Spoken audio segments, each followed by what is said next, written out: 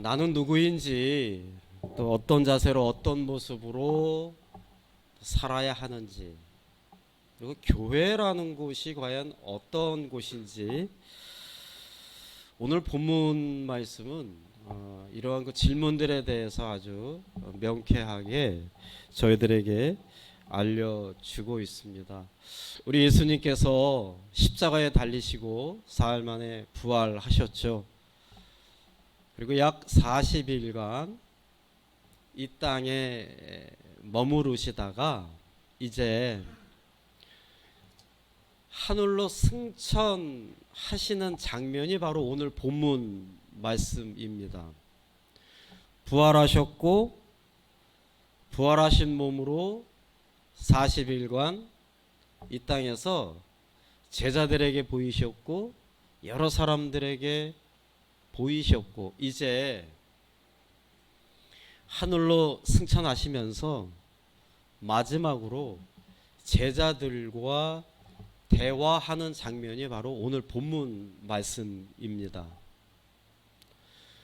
마치 부모가 먼 길을 떠나면서 자녀에게 너 이제 이렇게 살아야 해 라고 권면하고 부모로서 애틋하게 자녀에게 말하는 그러한 것과 비슷한데요. 너 이렇게 살아야 한다. 이렇게 살아야 한다. 오늘 예수님의 핵심적인 생각과 예수님의 관심이 무엇인지 아주 잘 나타나 있는데요. 먼저 본문 6절을 보면 주께서 이스라엘 나라를 회복하심이 이때니까 하면서 이제 조금 있으면 하늘나라로 올라가실 예수님에게 제자들이 이렇게 질문을 합니다. 예수님, 이스라엘이란 나라가 회복되는 때가 이때입니까? 라고 질문을 하는 거죠. 질문을 보면 그 사람이 갖고 있는 관심이 무엇인지 잘 알게 되는데요. 제자들은 온통 관심이 우리나라가 좀 해방이 돼야 되고 회복이 돼야 되는데 그래야 내가 좀 살아가는데 괜찮을 텐데 라는 것에 좀 관심이 있었습니다. 뭐 지극히 어떻게 보면 자연스러운 관심이겠죠. 근데 이 제자들의 질문에 예수님이 이렇게 대답을 하세요. 때와 기한은 너희들이 알 바가 아니다. 사랑하는 성도 여러분, 인생을 살면서 이 사도행전 1장 7절 말씀만 꼭 붙잡고 살아도 스트레스를 덜 받고 살아갈 수 있을 것입니다. 여러분들의 마음이 좀 더 평안할 거예요. 예수님 분명히 이렇게 말씀하세요. 때와 시기는 아버지께서 자기 권한에 있다. 너희들이 알 바 아니다. 우리 얼마나 살면서 이 때와 시기에 대해서 이 타이밍에 대해서 고민하고 갈등하고 이 이사를 언제 해야 되는지 뭐 결혼은 언제 해야 되는지 중요한 것을 내가 언제 해야 하는지 얼마나 우리가 고민하며 갈등하며 살아갑니까? 자, 그런데 예수님 분명히 말씀하세요. 때와 시기는 아버지께 있다. 한국에서 불황일수록 가장 잘 되는 곳이 있다라고 하는데 그게 바로 점집이라고 합니다. 점집. 예? 요즘 우리 교회 성도님들이 한국에 자주 가시는데 거기 가서 혹시 또 점집에 가서 점을 치는지는 모르겠는데 이 점집이 호황이래, 호황. 근데 안타깝고 슬픈 얘기는 그 점집의 주 고객이 크리스찬이라는 거예요. 너무 이건 슬픈 거잖아요. 그 점집 점집이 먹고 사는 게 크리스찬들이 자주 와서 먹고 살 수 있다라고 하는 것은 그건 너무나 슬픈 얘기입니다. 이제 우리 교회 성도님들은 절대 이 점집 같은 데는 뭐 오늘의 운세 이런 거에 절대 이렇게 현혹되시면 안 됩니다. 그거 한번 빠지면 하나님 말씀이 잘 안 들어옵니다. 왜냐하면 하나님의 말씀은 잘 안 보이거든요. 근데 점집에서 말하는 것들은 막 눈에 쏙쏙 들어오기 때문에 뭐 그냥 나도 모르게 혹 빠지게 되는 거죠. 여러분, 때와 시기는 하나님에게 있습니다. 이 사실을 꼭 기억하면서 사시고, 그냥 온통 관심이 타이밍, 언제 어떻게 무엇을 여기에 이랬던 관심을 갖고 있지 마시고, 이랬던 제자들에게 예수님 이렇게 말씀하세요. 8절 말씀입니다. 오직 성령이 너희에게 임하시면 너희가 권능을 받고 예루살렘과 온 유대와 사마리아 땅끝까지 이르러 내 증인이 되리라. 제자들의 관심은 이스라엘이 언제 회복되느냐, 그래서 내 삶이 언제 좀 확 피느냐에 대해 관심이 있었는데, 예수님이 마지막에 제자들과 대화하면서 구름 타고 천국으로 올라가신 바로 그때에 말씀하신 것은 딱 한 말씀이세요. 내 증인으로 살아라. 내 증인으로 살아라.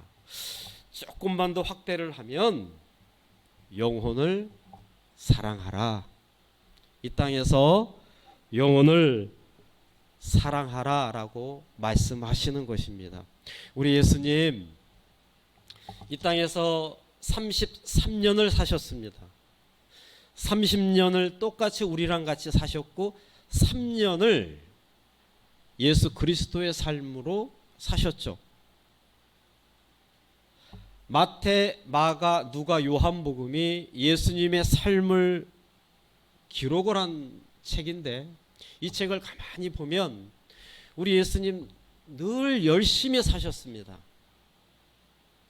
늘 사람들을 모아놓고 가르치셨고, 앉은 베이가 있으면은 그들을 고쳐주셨습니다. 눈먼 자가 오면 그들의 눈을 뜨게 해주셨습니다. 말 못하는 자가 오면 그들의 입을 열어주셨습니다. 어떨 때는 죽은 지 사흘 됐던 자도 예수님 가시면 붕대를 칭칭 감고 동굴에서 나오기도 했습니다.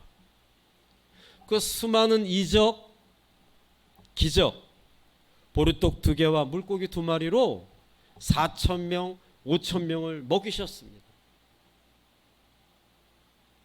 자, 질문이 생깁니다. 왜 그렇게 하셨습니까?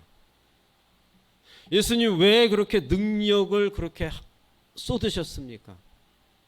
이유는 단 한 가지입니다. 예수님은 영혼을 사랑하셨습니다. 어떤 환자가 와서 고침을 받았을 때, 이 환자가 이거 고쳐주면 이거 또 가서 다른 데 가서 엉뚱한 짓 하는 거 아니야? 이거 안진뱅이 고쳐줬더니 저 어디 카지노 나가고 놀러 나가고 술집에 나가는 거 아니야? 저 장님 눈을 뜨게 해줬더니 나쁜 거 보는 거 아니야? 그거 고민하지 않으셨어요. 그거는 나중 문제고, 예수님은 그저 고침을 받고 예수님을 인격적으로 만나고 그가 천국까지 가는 것, 거기에만 예수님은 관심을 갖고 그들을 끊임없이 가르치셨고 그들을 끊임없이 고쳐주셨습니다. 이유는 단 하나입니다. 바로 영혼 구원입니다. 영혼에 대한 사랑. 지난주 화요일날 여름학교가 잘 마쳤습니다. 우리 여러 성도님들이 기도해 주시고 도와주셔서 한 명의 아이도 다치는 아이 없이 아주 안전하게 모든 부모님들이 행복하게 잘 마쳤고 아주 고맙다는 인사를 제가 너무나도 많이 받았습니다. 지금까지도 받고 있습니다. 가을에 계속 보내겠다고 연락도 오고. 우리 윤사모는 밤마다 끙끙 앓고 잠을 자더라고요. 너무나 힘이 들죠. 현장에서 뛰는 사람들은 가끔 선생님들도 그렇고 스태프들도 그렇고 좀 힘들다라는 표현을 저에게 합니다. 그러면 저는 딱 한마디 합니다. 아프리카에 가서 전도하는 선교사들도 있고 저 동남아 같은 데 가서 그 뜨거운 데 가서 고생하는 선교사들도 있고 저 중동 지방에 가서 목숨 걸고 예수님의 증거를 하는 분들도 있는데 우리는 그래도 이렇게 시원하게 이 자리에서 아이들과 같이 가르치지 않느냐. 이유는 단 하나다. 이들을 정말 사랑하기 때문에, 이들의 영혼들을 사랑으로 우리가 가르치기 때문에, 그래서 이들이 조금이라도 예수님에 대해서 좋게 생각을 하고 교회에 대해서 좋게 이미지를 갖는다라면 우리는 아프리카에 가서 선교하는 것보다도 더 큰 일을 하는 것이다 라고 제가 설득을 합니다. 고맙게도 그 설득에 또 잘 듣고 또 그 다음날 되면 또 우리 힘차게 또 아이들을 가르쳤는데요. 사랑하는 성도 여러분, 나는 누구인가? 교회는 무엇 하는 곳인가? 여러 가지 해답이 있지만 오늘 성경은 너희들은 바로 예수님의 증인으로 살아야 한다라고 말씀하고 있습니다. 영혼을 사랑하라는 것입니다. 누가복음 15장에 보면 예수님께서 세 가지 비유를 아주 길게 하십니다. 잃은 양 한 마리의 비유, 드라크마의 비유, 집 나간 탕자의 비유를 아주 시리즈로 말씀하세요. 잃은 양 한 마리, 99마리의 양을 있는데 한 마리가 울타리 바깥으로 나갔습니다. 꼭 교회도 그런 사람이 있어요. 이렇게 잘 있다가도 뭐 바깥이 더 좋은지 먹을 게 있는지 그냥 목자 말 안 듣고 양 우리 안에 같이 있지 않고 그냥 뛰쳐나가죠. 제가 예수님이라면 나간 양은 어쩔 수 없고 그냥 99마리 양이라도 좀 잘 내가 보살피면 되겠다라고 생각을 할 텐데 예수님 안 그러세요. 예수님은 99마리의 양은 그대로 그냥 두시고 예수님이 한 마리의 양을 찾아서 들을 헤매시고 산을 넘고 강을 넘고 기어이 그 엉망진창이 된 양 한 마리를 발견을 합니다. 그리고 그 양 한 마리를 어깨에 메고 환하게 해서 양 있는 곳으로 돌아오시죠. 저는 참 따라갈 수 없는, 어떻게 저렇게 하실까? 그러면서 양을 씻겨주고 다시 그 99마리의 양과 어울릴 수 있도록 도와주는 거죠. 그 한 마리를 찾고 그렇게 좋아하시는 거예요.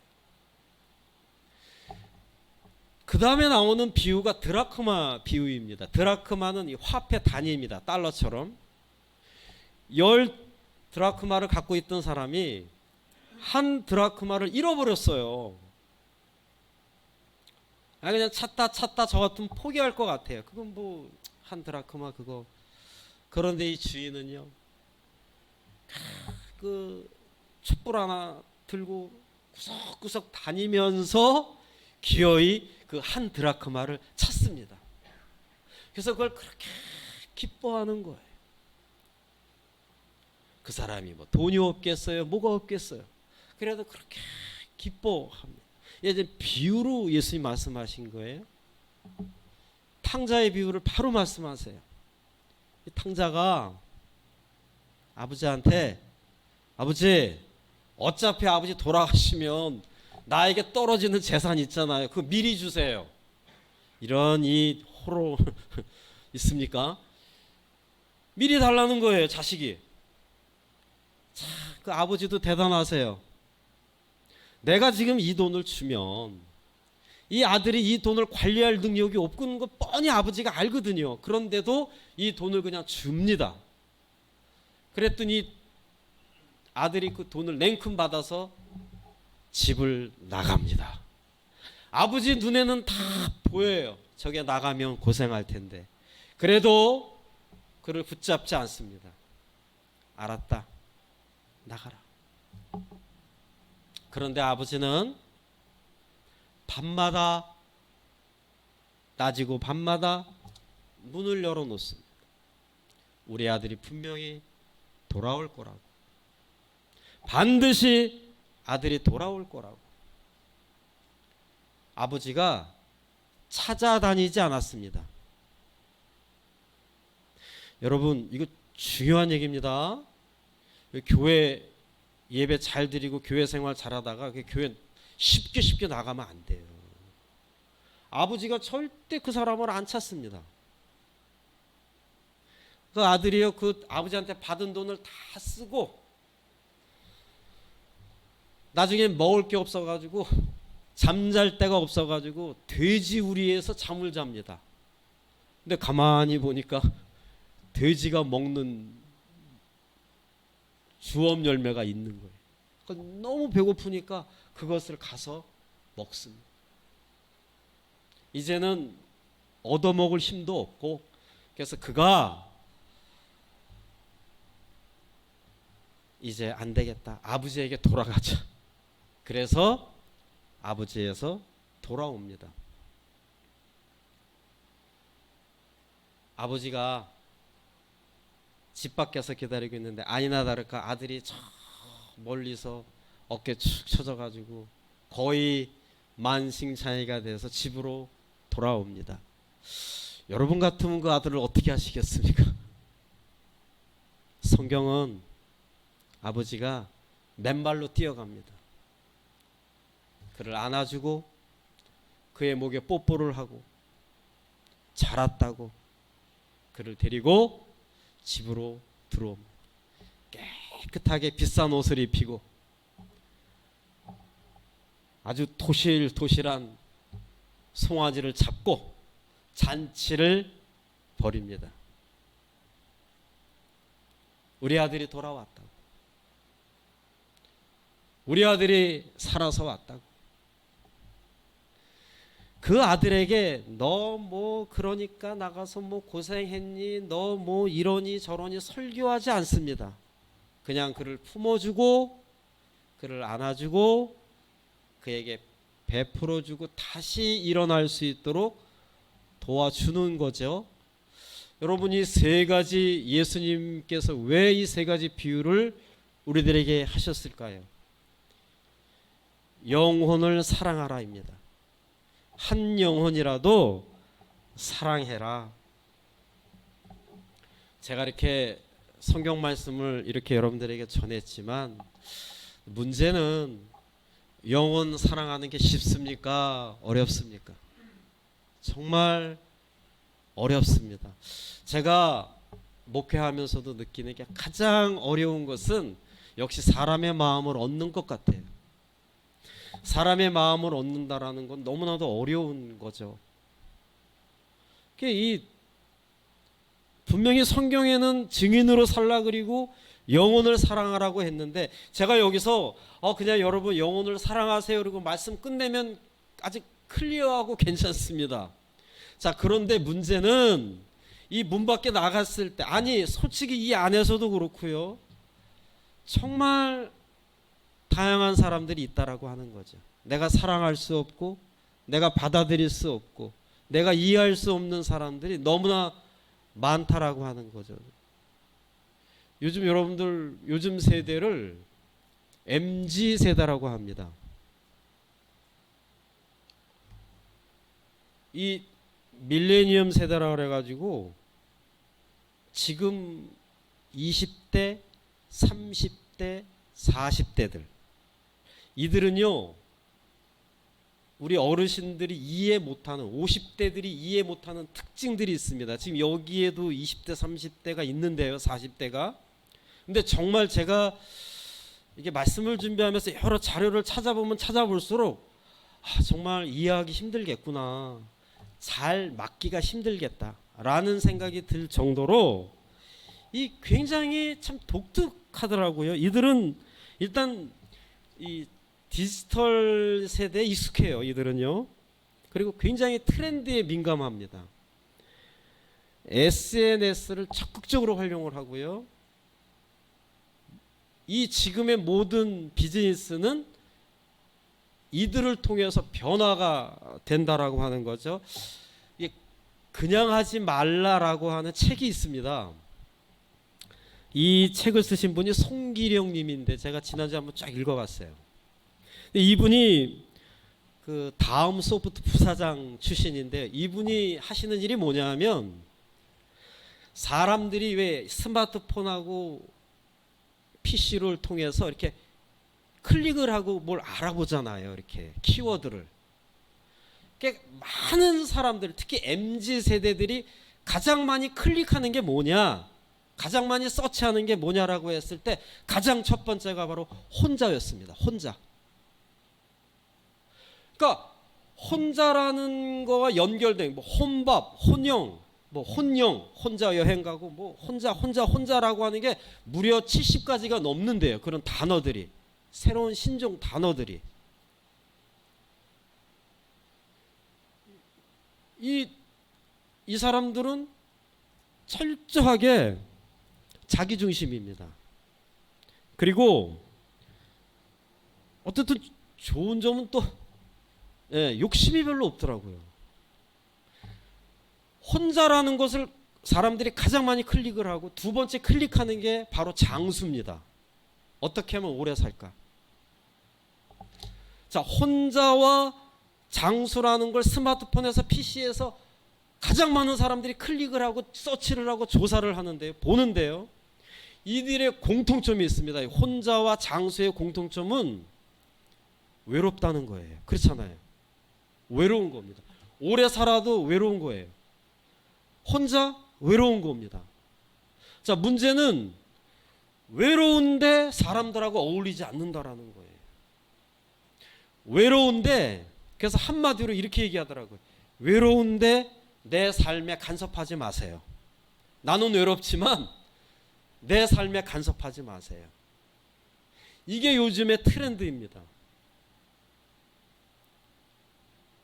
나 그냥 적게 벌고 적게 쓰면서 내 생활을 즐기랍니다.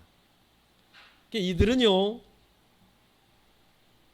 부모가 50대, 60대, 70대 되는 부모들은요, 그 고생을 해봤기 때문에 열심히 일합니다.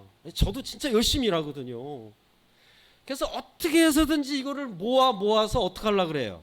자식들한테 물려주려고 그러죠. 그러니까 자식들이 딱 받으면요, 이들이 뭐라 그러냐면은, 엄마, 왜 엄마 아빠는 희생하면서 나한테 이렇게 해줘? 나 이렇게 필요 없어. 나 그냥 먹고 살만 해. 차 끌고 다니고 집 있고 나 이 정도면 딱 좋아. 왜 엄마 나를 위해서 이렇게 희생을 해? 그러지 마 라고 한다는 거예요. 이 벙 뜨는 거죠. 나는 너를 위해서 내 인생을 희생했는데 엄마 희생하지 마. 그냥 엄마 인생 즐겨. 아빠 인생 즐겨. 그게 그 마인드가, 그 트렌드가 지금 20대, 30대, 40대들이라는 거예요. 남는 게 허무감밖에 없는 거죠. 어떻게 해서든지 모아서 손자들한테 줘도 손자들이 고마워한 줄 모른다는 거예요. 근데 이게 심각한 게 지금 MZ 세대가 인구의 40%가 넘습니다. 그러면 이게 이제 교회 쪽으로 들어오면 어떻게 되느냐? 내 인생 간섭하지 말라는 거예요. 목사님이 이러세요, 저러세요 이야기해도 왜 이렇게 내 인생을 자꾸 터치하고 푸시하고 왜 그래? 이렇게 된다는 거. 그래서 앞으로 굉장히 비즈니스도 그렇고 교회적으로도 그렇고 상황이 점점 어려워질 것이다 라고 하면서 이 책은 마무리를 하고 있습니다. 미래보다는 현재를 즐기면서 살아가는 거죠. 자, 중요한 것은 여러분, 우리는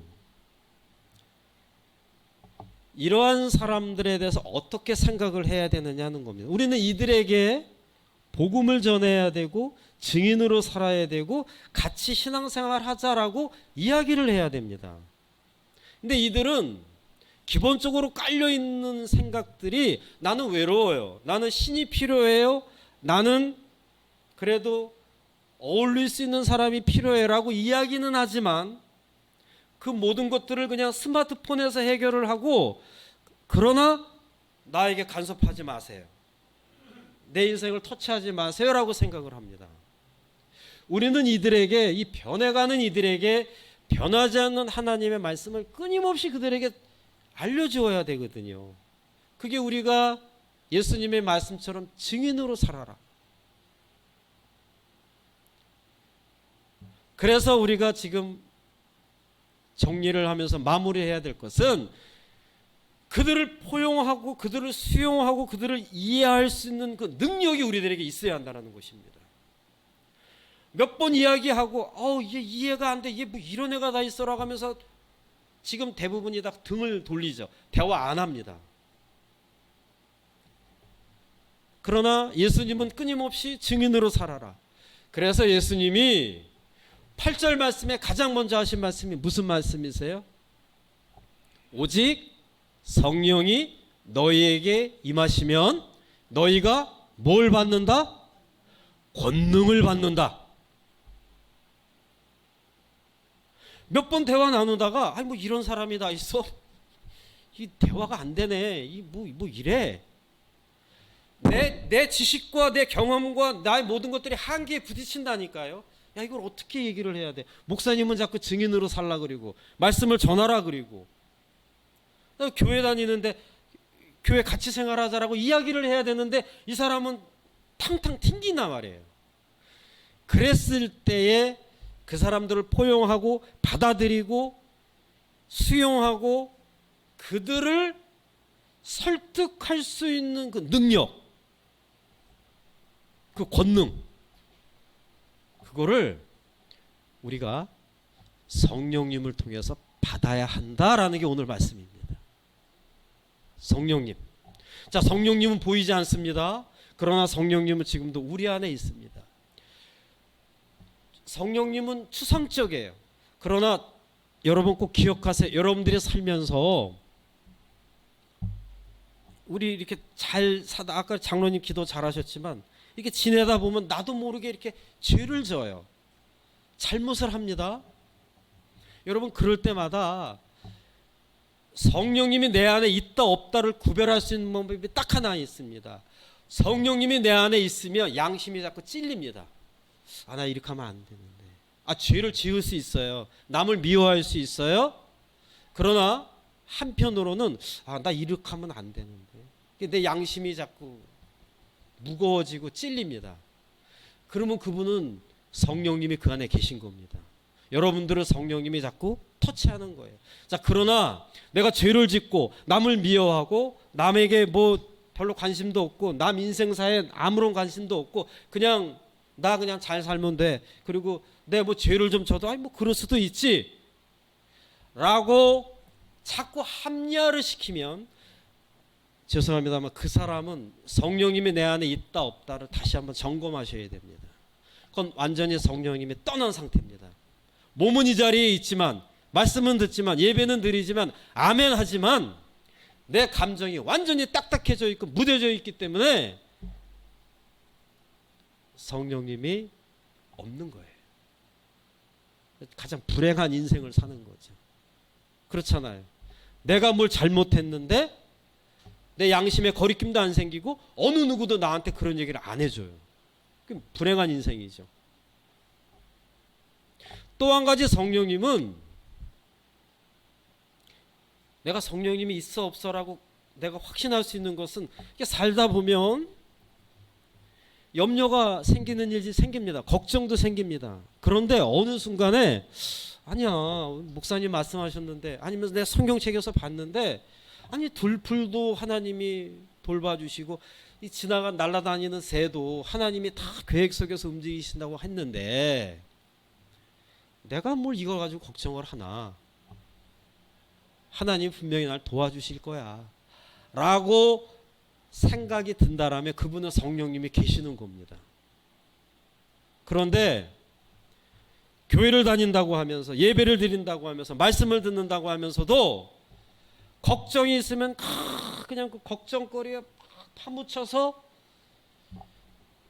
인생을 살아간다라면 그분은 다시 한번 내 안에 성령님이 계신가라는 것을 점검하셔야 됩니다.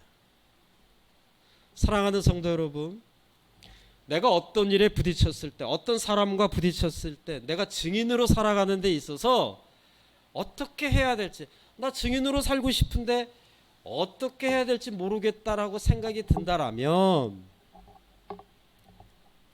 한마디 기도하시면 됩니다. 성령님 저를 도와주세요. 성령님 저에게 지혜를 주세요. 성령님 저에게 능력을 주시옵소서. 성령님 저에게 권능을 주시옵소서. 자, 그렇게 되면 어느 순간에 나도 모르게 나에게 지혜가 떠오릅니다.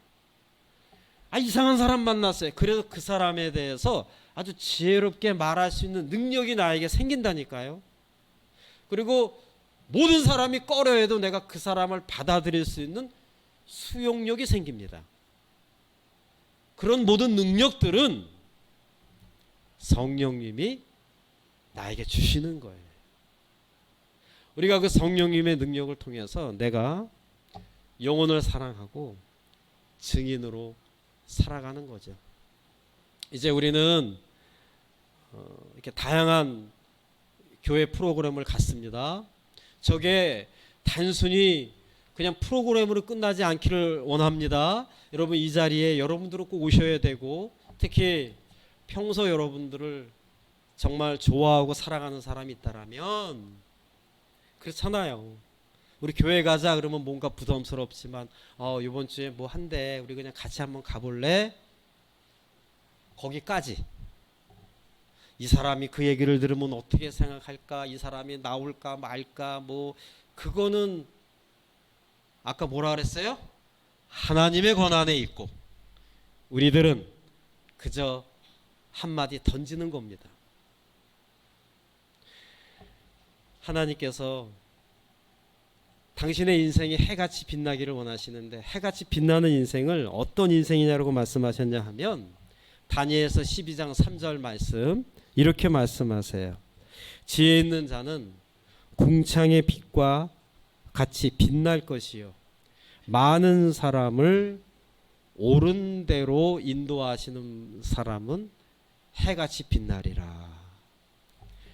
많은 사람을 옳은 대로 인도한 사람은 하나님이 해같이 빛나게 해 주신다라고 하는 것입니다.